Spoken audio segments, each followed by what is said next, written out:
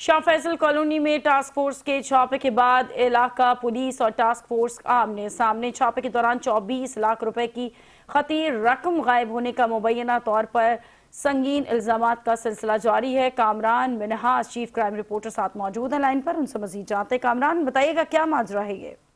जी बिल्कुल, शाह फैसल कॉलोनी के इलाके में चंद दिन कबल जो है टास्क फोर्स की जानिब से जो है गुटखा फरोश काशिफ लंगड़ा के खिलाफ कार्रवाई की गई थी और वहां से जो है उसको गिरफ्तार करने के बाद मुकदमा भी दर्ज किया गया था। और इस हवाले से जब मजीद इंक्वायरी हुई है और मजीद चीजें सामने आई तो SHO के खिलाफ भी जो है इंक्वायरी का हुक्म दिया गया है। लेकिन ये मामला जो है मुतनाज़ा सूरत हाल इख्तियार कर गया है। SHO शाह फैसल कॉलोनी और टास्क फोर्स जो है एक दूसरे के आमने सामने नजर आते हैं, एक दूसरे पर इल्जामात आयद किए जा रहे हैं। काशिफ लंगड़ा जो मुलजिम गिरफ्तार हुआ था उसका बयान भी सामने आया और उसका कहना ये कि जो 18 लाख रुपए की उसकी रकम थी वो जो है गायब कर दी गई। एक पुरस्कार ये वाकया है, टास्क फोर्स की जानिब से यही कहा जा रहा है कि ये जो पैसे हैं उन्होंने जो है थाने में जाके जमा कराए थे, जबकि शाह फैसल पुलिस का कहना है कि ये पैसे जो है टास्क फोर्स के लोगों ने जो है गायब कर दिए। तो ये मुतनाज़ा जो है मामला हो चुका है। इस हवाले से जो है बहुत ज्यादा चेबगोइयों का सिलसिला जारी है, मैसेजेस भी चल रहे हैं और आला अफसरान से जो इस हवाले से जो मालूमात मिली है उन्होंने इस हवाले से इंक्वायरी शुरू कर दी है। इब्तदाई तौर पर जो है